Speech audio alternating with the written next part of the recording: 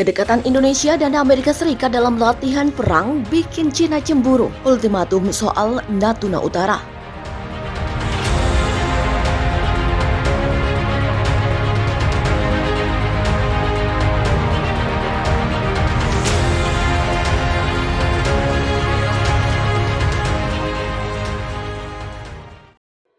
Indonesia menganut paham non-blok alias tidak memihak. Karena itu dalam perang Rusia-Ukraina, Indonesia juga menahan diri. Sementara Indonesia sudah lama menjalin aliansi dengan Rusia yang bermusuhan dengan negara-negara barat, terutama Amerika Serikat. Namun untuk kerjasama latihan perang, Indonesia sudah lama bekerja sama dengan Amerika Serikat. Bahkan sudah beberapa kali melakukan latihan bersama yang disebut dengan Garuda Shield, khususnya untuk menjaga perdamaian di kawasan Indo-Pasifik. Sama halnya dengan militer India tengah fokus di kawasan Indo-Pasifik.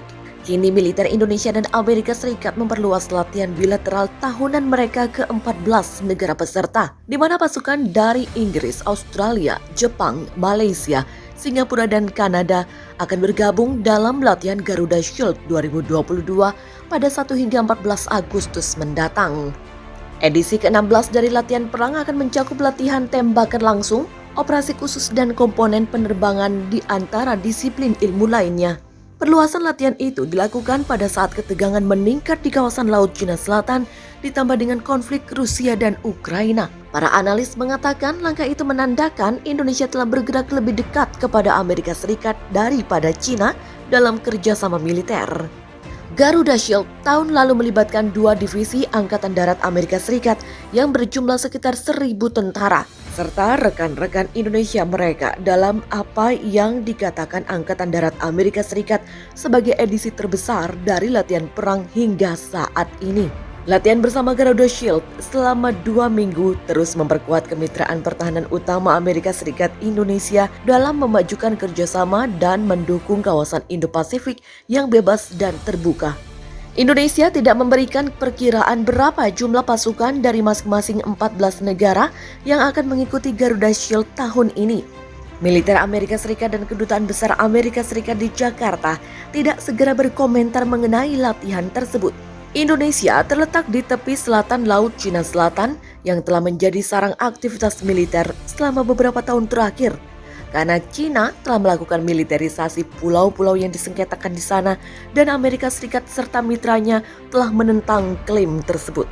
Pada Maret lalu, tabloid Global Times yang dikelola pemerintah Cina menuduh Laksamana Amerika Serikat John Aquilino, Kepala Komando Indo-Pasifik Amerika Serikat, mencoba meniru krisis Ukraina di Asia Pasifik dengan mengumpulkan sekutu, mitra, dan negara-negara lain di kawasan itu untuk menghadapi Cina. Komentar Global Times muncul setelah Aquilino membawa wartawan dalam penerbangan di atas Laut Cina Selatan untuk menyoroti militerisasi Beijing atas pulau-pulau yang disengketakan. Analis mengatakan, Indonesia telah lama berusaha untuk tidak memihak dalam perselisihan Amerika Serikat-Cina di Laut Cina Selatan. Tetapi mereka mencatat bahwa pada tahun lalu, Beijing bukan hanya tegas dalam mendorong klaimnya di dekat Kepulauan Natuna di daerah di dalam zona ekonomi eksklusif Indonesia, tetapi juga di dalam 9 garis putus Cina di mana Beijing mengklaim kendali atas hampir semua wilayah Laut Cina Selatan. Kolonel Frega Wenas Inkiriwang, Komandan Distrik Militer Jakarta Utara dan dosen di Universitas Pertahanan Indonesia mengatakan, perilaku Cina saat ini meningkatkan resiko konflik di kawasan karena negara-negara meningkatkan kehadiran militer mereka termasuk Indonesia yang telah memperkuat pasukannya di sekitar Pulau Natuna. Colin Koh, seorang peneliti di S. Rajaratnam School of International Studies di Singapura mengatakan, Indonesia mungkin menghindari diplomasi megafon dan berhadapan secara langsung dengan Cina atas masalah Laut Cina Selatan. Indonesia akan melakukan tindakan yang secara halus memberi sinyal kepada Beijing dan kembali ke rumah ke audiens domestik keinginannya untuk melindungi kepentingan nasionalnya. Dia menyebut perluasan latihan perang Garuda Shield sangat penting karena Indonesia selalu berhati-hati dalam memberi sinyal terkait sensitivitas seputar masalah Laut Cina Selatan dan hubungannya dengan Amerika Serikat dan Cina.